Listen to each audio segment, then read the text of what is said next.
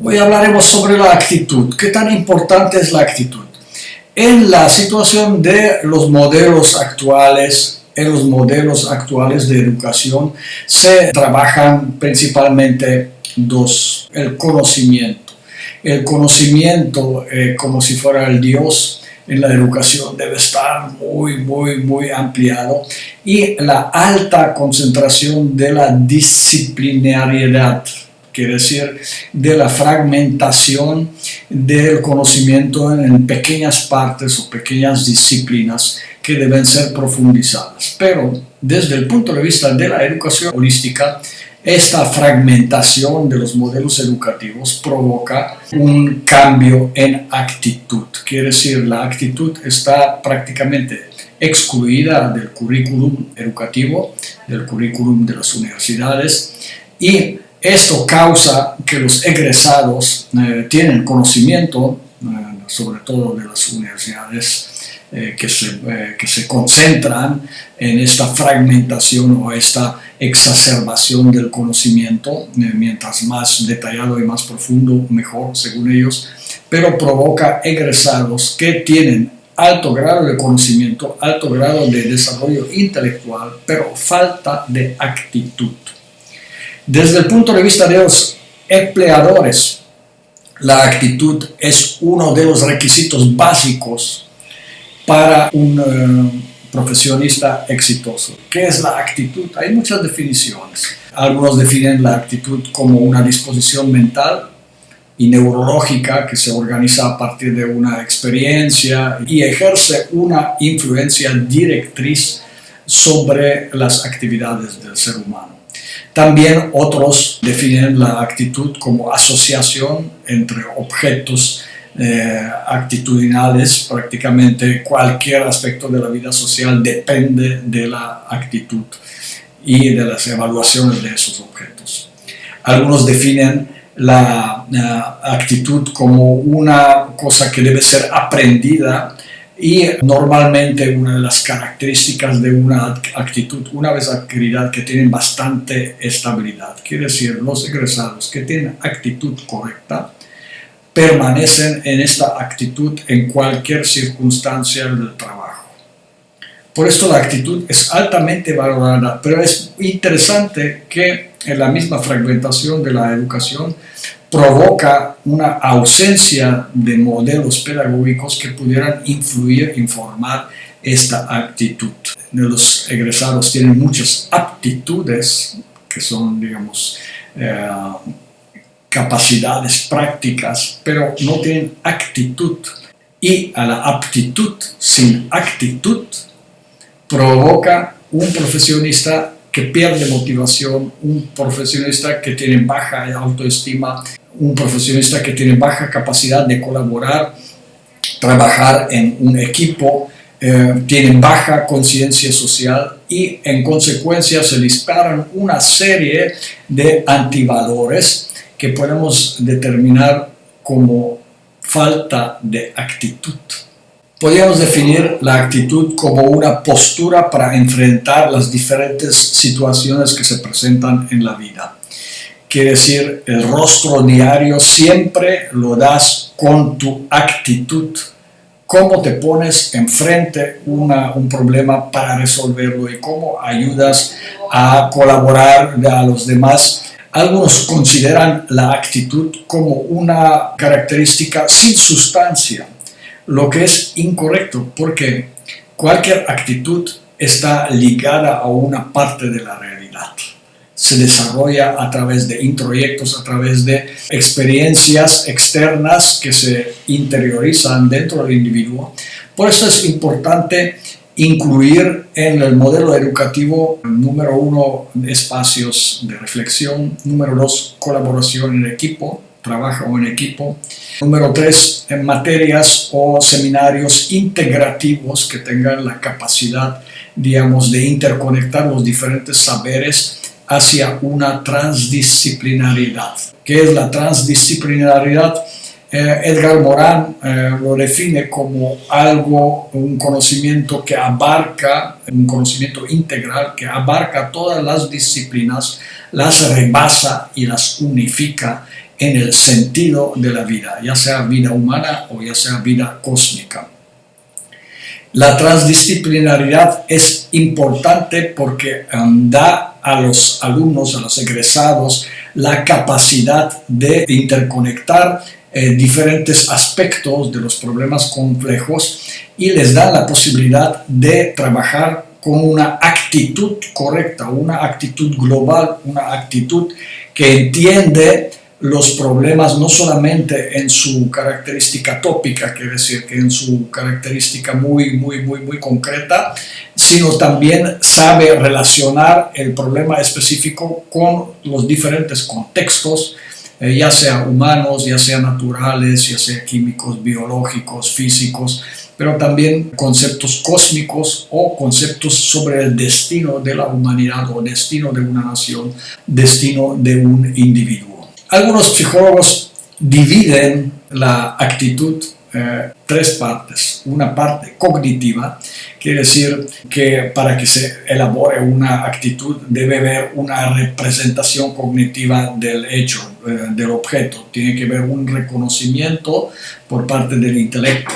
Luego viene un componente afectivo, que es que generalmente en una actitud representa un 60-70%, y esta parte da estabilidad emocional ante las adversidades de la realidad.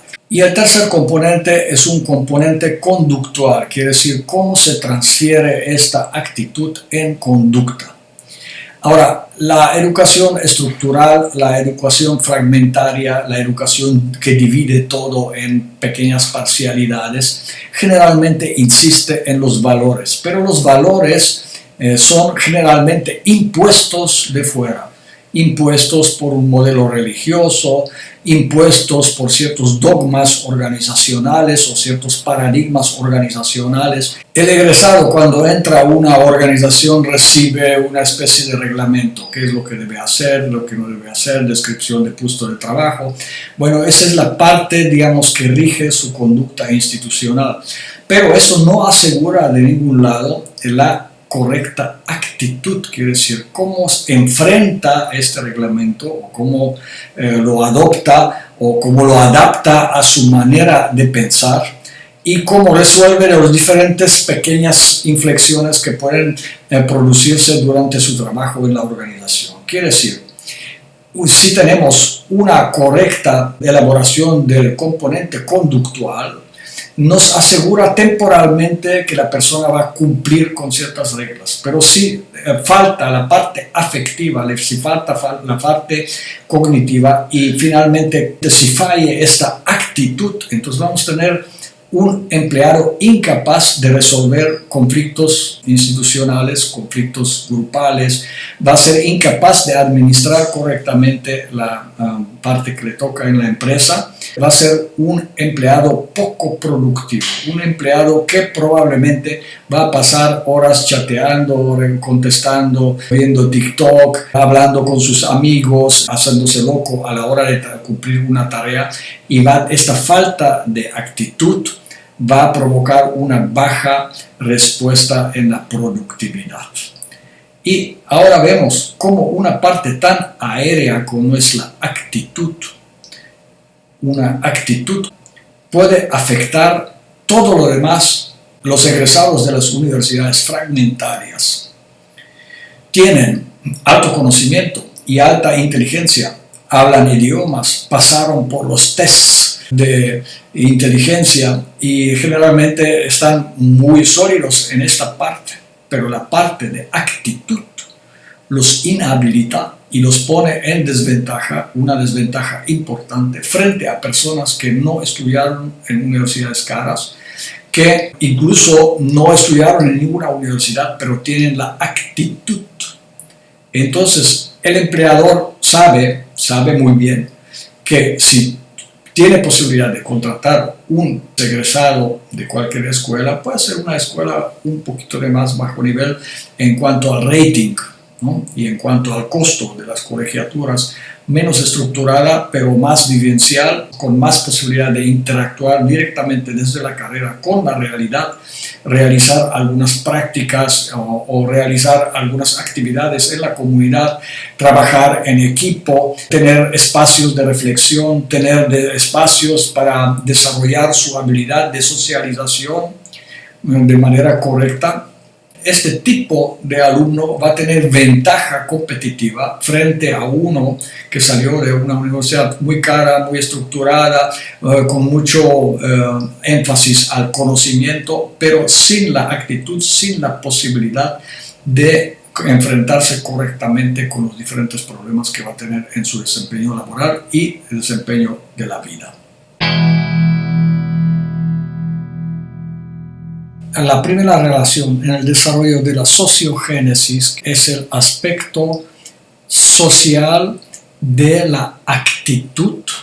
La actitud debe ser desparramada, debe ser distribuida, debe ser elaborada a partir de la interacción con los demás individuos. La llamamos categoría sinoica, quiere decir que es una convivencia casual de dos o más individuos. Puede ser por varias características, por ejemplo, por el mismo trabajo, o por coincidencia en espacios sociales, o simplemente por distribución del jefe, o de distribución del espacio laboral o de estudios. Quiere decir, se da un contacto casual entre dos o más individuos que empiezan a elaborar estrategias de convivencia.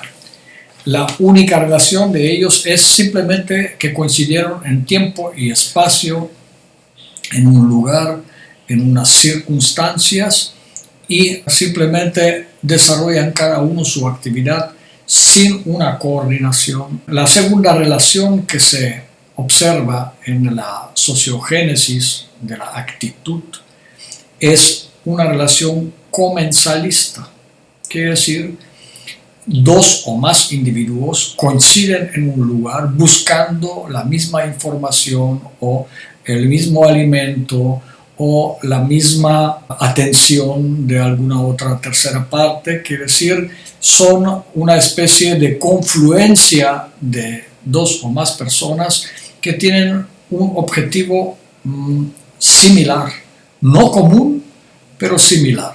Se acercan y están presentes en paralelo. Tampoco hay una gran coordinación, pero a diferencia del primer estado sinoiquista, donde la relación es puramente casual y puede ser que no hay absolutamente nada de comunicación, en la relación comensalista la probabilidad de interacción aumenta.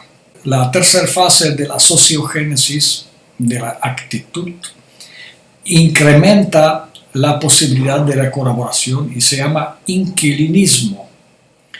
Quiere decir que en el inquilinismo alguien ayuda a alguien y a cambio de eso obtiene una recompensa, que es una especie de conveniencia mutua. A diferencia del mutualismo, es un mutualismo asimétrico.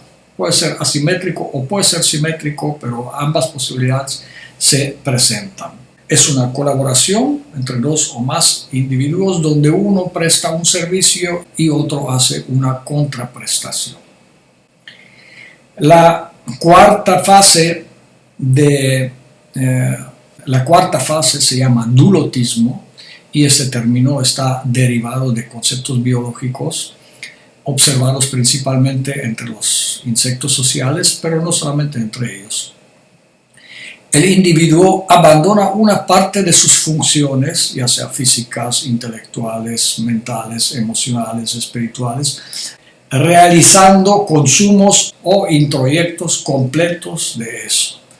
Esa es la primera base de una colaboración real entre los diferentes individuos en el olón, ya que no solo retoma partes del olón, sino también empieza a producir y aportar al olón las primeras salidas energéticas hacia él en forma de interacciones participativas, físicas, emotivas, conocimientos o espirituales.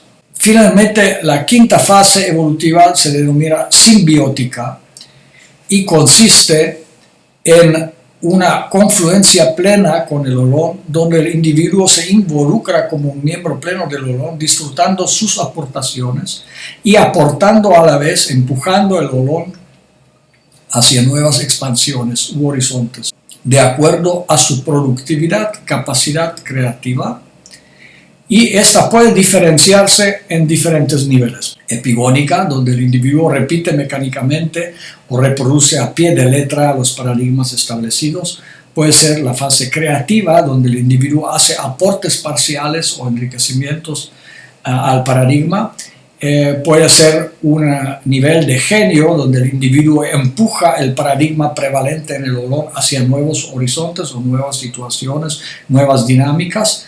Y luego el nivel extremo, donde el individuo se despega de manera tan importante del paradigma prevalente en el Olón que pierde parcialmente la conectividad, se adelanta a su época o es incomprendido por la mayoría de los ocupantes del Olón y puede ser incluso despreciado o puede ser expulsado. Hay muchos ejemplos de grandes artistas, científicos, pensadores y filósofos que estuvieron en este nivel, digamos, profético o este nivel extremo. Proponían cosas que se adelantaron tanto a su época que fueron desconocidos o fueron despreciados y fueron eliminados o aislados en el propio Olón. Existen desde luego algunas características patológicas de la sociogénesis de la actitud en el Olón. Y la principal es la depredación mutua o agresión mutua. Ese es desgraciadamente un clima que puede prevalecer en muchas organizaciones e incluso en muchas universidades, considerando que las universidades deben ser los centros de formación de actitud. Esta actitud es transmitida también a los alumnos. Una universidad donde el clima es depredación y competencia contraria, mutua, poca colaboración, mucho aislamiento, entonces va a transmitir la misma idea a los alumnos y ellos van a prolongarla en la sociedad.